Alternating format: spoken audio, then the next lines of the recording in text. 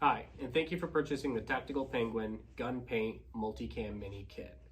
What's going to be included in your kit is 3 colors, a desert sand color, a flat dark earth color, and a green color, with a bottle of activator, 3 filters, as well as a stencil. Your stencil will not come peeled. This is simply to demonstrate the shapes that will be with the stencil.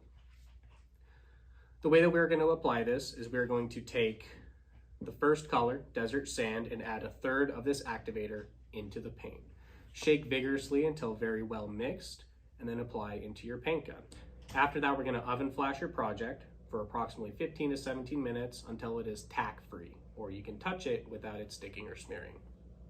We will then peel any of these stencils off and apply them to the project.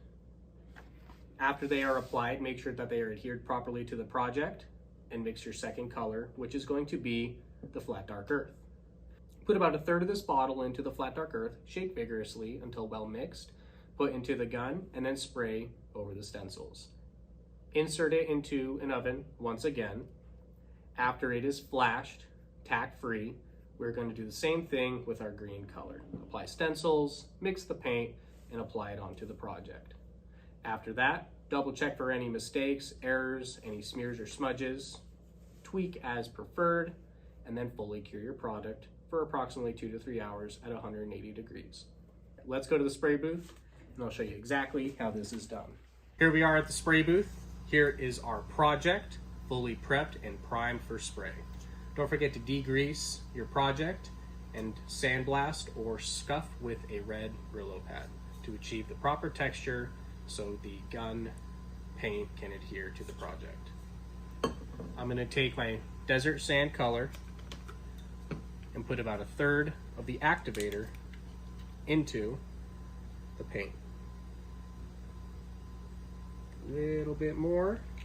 Close that up. Make sure this is nice and tight because we are going to be shaking it.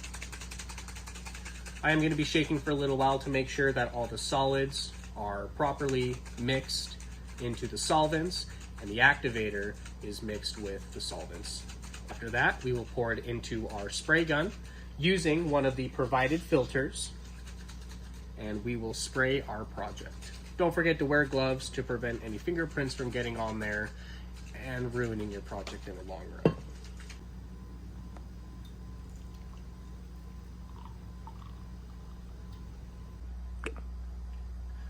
When spraying your project, make sure you get the hardest to reach areas first. Not too difficult with this tumbler here, but obviously I'm going to be getting this bottom here.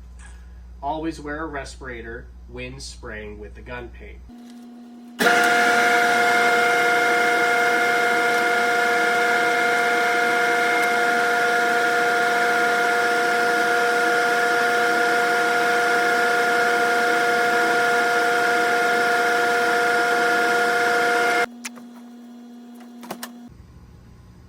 Okay, now our project is flashed. You can touch it without it being tacky at all. You still want to wear gloves when touching it. Like I said, those fingerprints can ruin your project, and nothing feels worse than getting to the end of a project with a big flaw sticking right at you. So I recommend using some sort of pick-like tool. You can use an X-Acto knife, or you can use like a cheap Amazon dental pick. Just something to kind of pick up the stencil and apply it.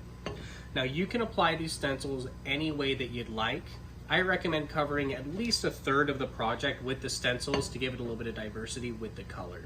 If you don't want this desert sand to show as much, simply apply fewer stencils or smaller stencils. As you see, there are several different sizes displayed here. If you want more of the desert sand, simply apply larger stencils predominantly, or just more stencils in general. So now I'm simply going to apply stencils just all around this project here, making sure that they're properly adhered, there's no ridges, and I don't tear the vinyl as I peel it up or apply it to the project.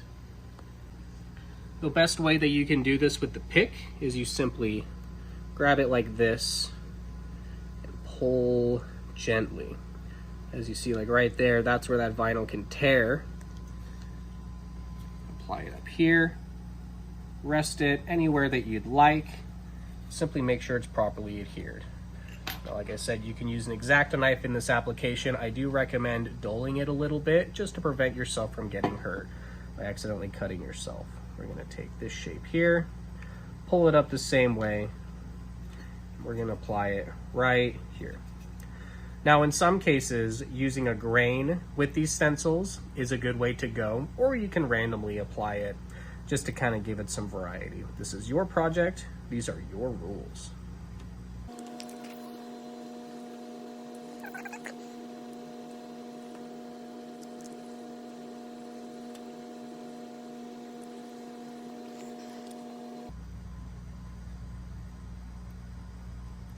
As you see here, if I were to simply press this down, it would cause some weird ridges.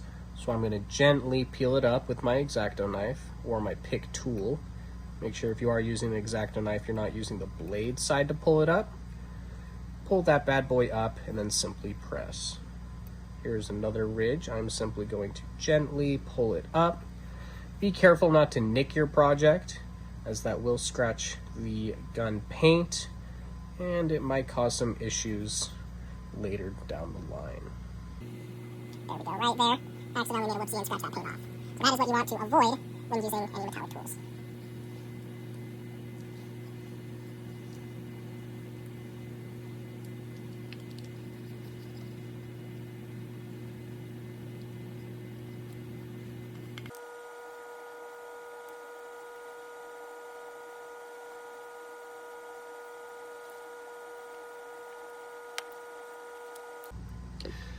So I decided I believe this is enough desert sand for this specific project that I'm doing.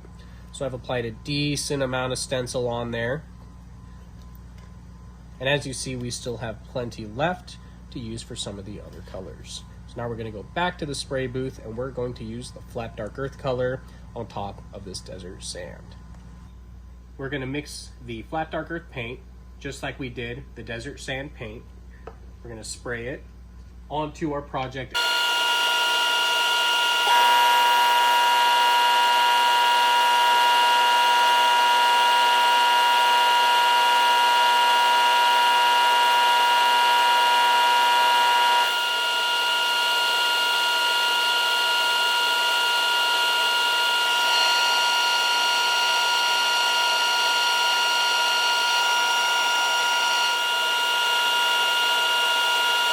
So I got my second coat on with that flat dark earth color. Always double check your project. Make sure you didn't miss any spots every step of the process, every layer that you apply.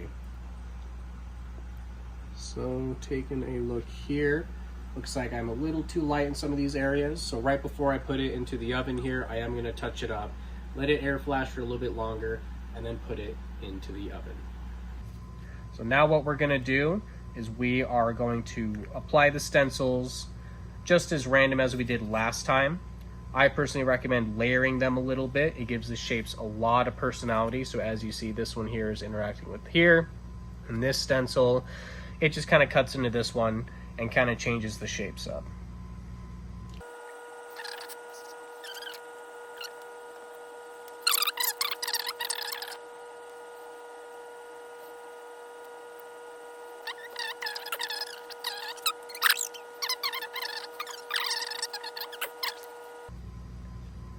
If you do end up breaking a stencil like I just did once again, what you can do is, if you still want to use the shape, is simply adhere it.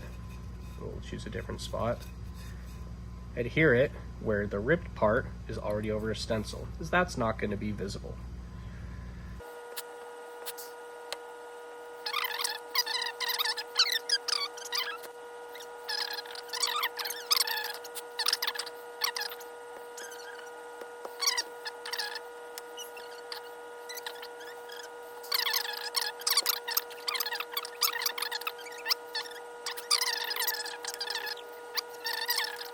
So here we are nearing the finish line of our project here.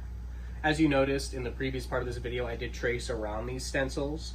You are still going to want to trace around the ones you've already painted, including the ones that you've applied. You don't have to do this. It's a little easier to simply just spray the whole project with the gun paint, but what ends up happening is you will get those ridges.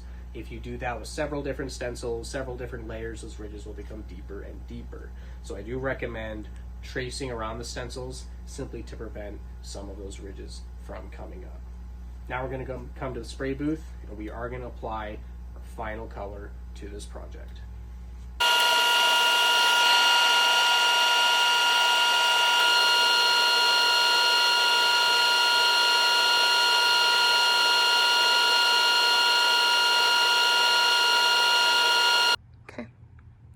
Alrighty, so now we got our project here. It's completely cooled off, so it's safe to touch and handle. Now we can start peeling the stencils, kind of see how everything turned out. I recommend picking up some plastic razor blades. That makes this process a lot easier, unless you got nice long fingernails. But all we do here is we'll just peel it up. And after the stencil has been exposed to heat, it will become a little brittle, but it is good to go.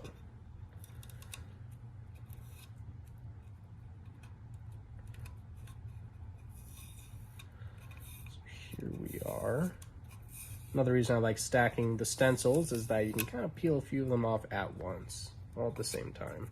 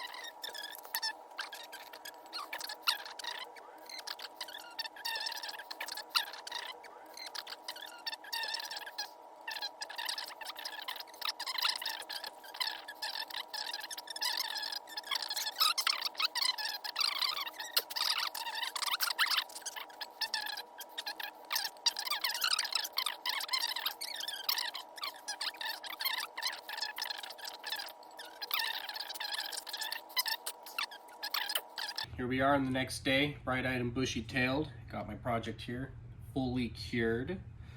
Your project may have a little bit of adhesive after it is all done, but all you have to do is apply some denatured alcohol and wipe it off after it is fully cured.